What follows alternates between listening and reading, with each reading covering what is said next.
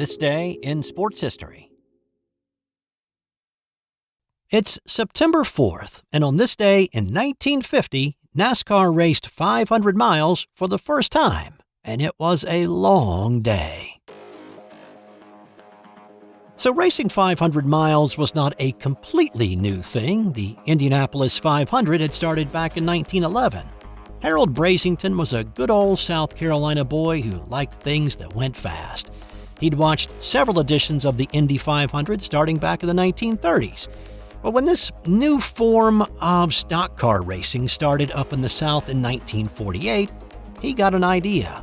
Why not build a track right there in Darlington, South Carolina, and then race 500 miles on it, just like they did at Indy?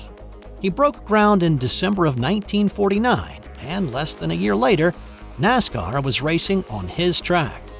This was the inaugural running of the Southern 500. Darlington had and still has an asymmetrical design, with turns 3 and 4 a little tighter and with less banking than turns 1 and 2. And at 1.25 miles, it was the longest fully paved circuit on the schedule. Darlington has always had the reputation of being tough on tires, and that started from the very beginning. 75 drivers qualified to start the race on this day, which is nearly double the start grid for this year's edition. They started in 25 rows of 3, just like they do at Indy. While racing 500 miles was something that they'd been doing in Indy for nearly 40 years, well, the Southern 500 completely dwarfed anything that was happening in stock car racing. The longest race prior to this on the NASCAR schedule was 200 miles. When the race got started, drivers found out quickly that the asphalt track was ripping their tires to shreds. Crews did not bring enough rubber to get through the day, with most going through 50 or 60 tires. And at one point, crews were getting so desperate that they went out to the parking lot and started swiping tires off of fans' Fords, Chevys, and Plymouths. One guy had an edge, though, and he had an inside man at Firestone who had offered him use of a new tire that the company had been testing at high speeds on asphalt. Interstates were still a little bit in the future, but Firestone had been working on a harder compound truck tire, and that's what Mance switched to early on in the race.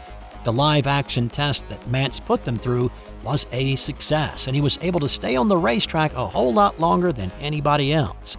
Now, these were truly stock cars, with some modifications made to suspensions and an engine adjustment or two, but they were very close to what you could buy off the showroom floor. Mance had opted for a smaller 6-cylinder engine as opposed to the bigger V8s that everybody else was running. And Mance took the lead on lap 50 with his slower race car but his more durable tires, and he held on to it through lap 400. He lapped the field 9 times to win by a wide margin. The race lasted 6 hours, 39 minutes before the checkered flag was waved. And for everybody not named Johnny Mance, it was a disaster. And this is considered the first tire disaster in NASCAR history, with the second one not happening for another 19 years at Talladega. Of the 75 that started that day, only 29 finished the race with a working engine and 4 tires still intact. For Mance, it was his first and only win in the 12 starts he made in his 6-cylinder Plymouth. This episode is brought to you by the Sterling Soap Company. Sterling Soap is 100% natural, and with a variety of bath soaps, shave soaps, beard balm, lotions, cologne, and many more personal care products in a large variety of scents, you're sure to find something that's perfect for you or that special someone in your life. Check them out at sterlingsoap.com. On this day in 1991, Roger Maris was officially recognized as the one and only leader for home runs in a season, or as sports people like to say, the day the asterisk was removed, though that in itself is controversial. More on that in a moment. First, we need to talk about how we got to this point, right? The American League expanded by 2 teams prior to the start of the 1961 season, adding the Minnesota Twins and the California Angels. Well, technically, That's not 100% correct. Major League Baseball actually allowed the Washington Senators owner Clark Griffith to relocate his team to Minnesota, and then they put another team back in D.C. as an expansion team that was also known as the Senators. So, anyway, with 2 additional teams, the schedule needed to be expanded. Every American League team went from a 154-game schedule to a 162-game schedule in 1961. New York Yankee right fielder Roger Maris was coming off of a great year.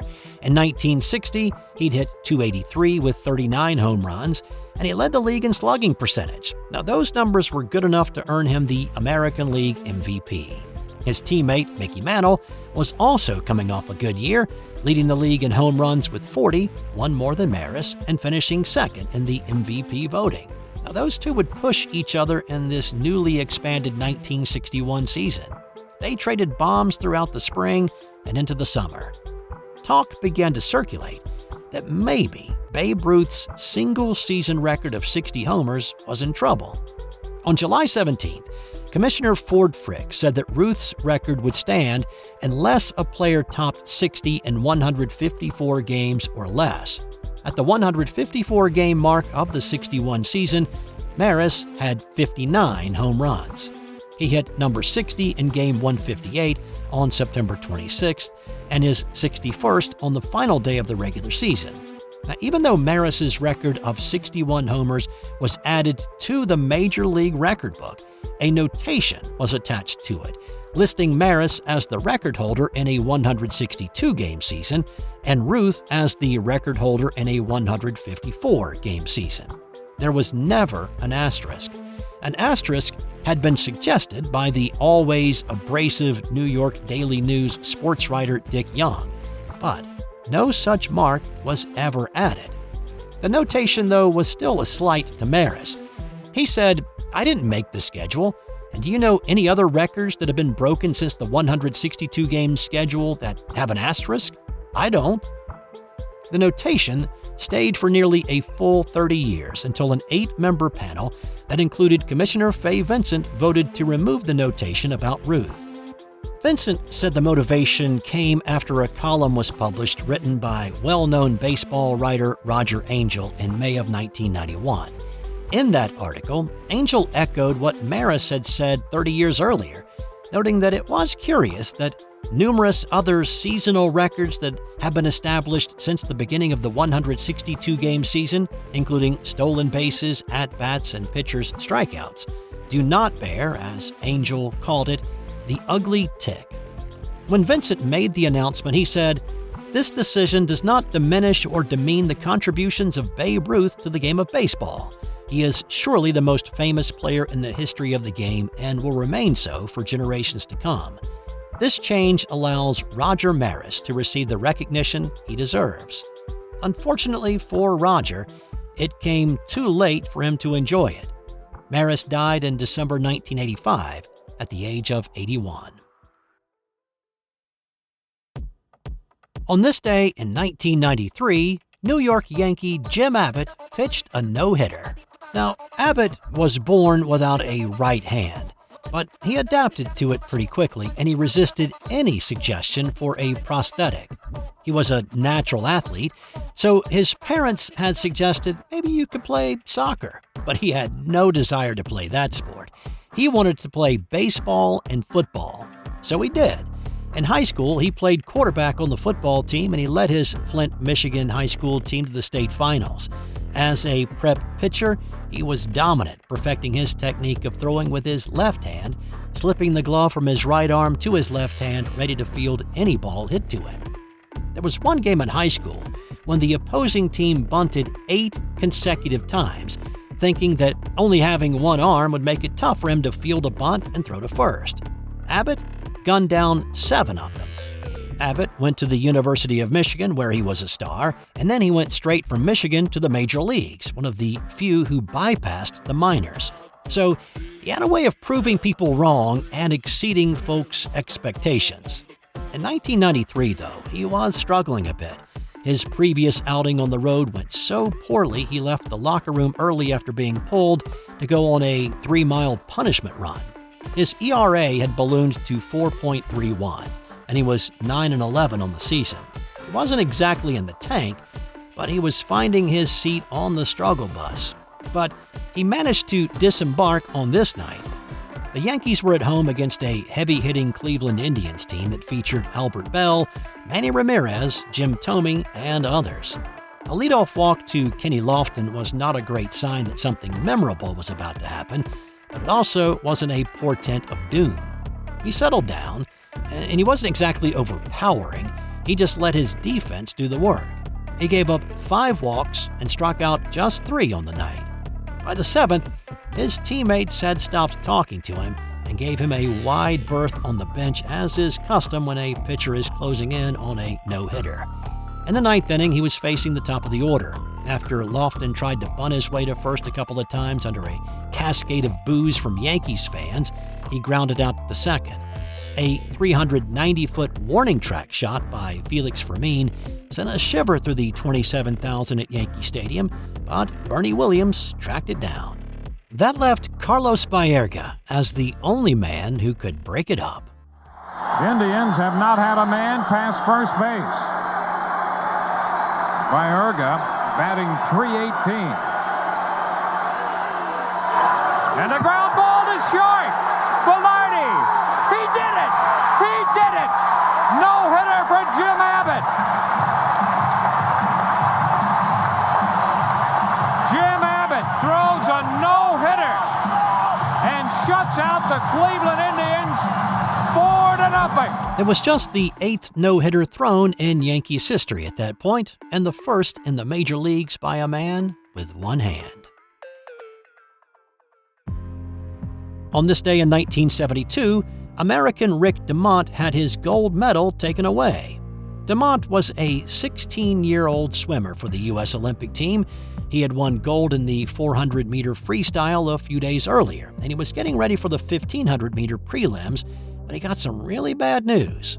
His drug test came back positive for ephedrine, which was on the IOC list of banned substances. But here's the thing. DeMont had been truthful about the medications he was taking. He had been taking Marax since he was a kid, and he had included it on his official Olympic forms. Fault seemed to lie with the American team doctors, who failed to clear the medication with the Olympic Medical Committee. It was poorly handled, and it cost DeMont his medal.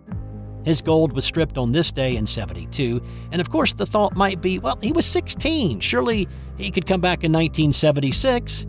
He tried, but he didn't make the team that went to Montreal. He was attempting to work himself back in 1979 to make the 1980 Olympic team, but the U.S. boycott of the Moscow Olympics would have derailed his plans even if he had gotten that far. There have been efforts made in the past 50 years appealing the Olympic Committee's decision on behalf of DeMont, but all appeals have been denied. And time now for today's That's Got Nothing to Do with Sports fun fact. The movie Psycho was not only the first movie to show a flushing toilet, but it also was the first movie with specific showtimes. Now, prior to this, movies were shown on a continuous reel. Folks could come in at any part of it, and then when it was over, you could watch the beginning to the part that you came in on. But Hitchcock did not want the ending of his movie to be spoiled for new viewers, so he insisted on specific start times for the movie.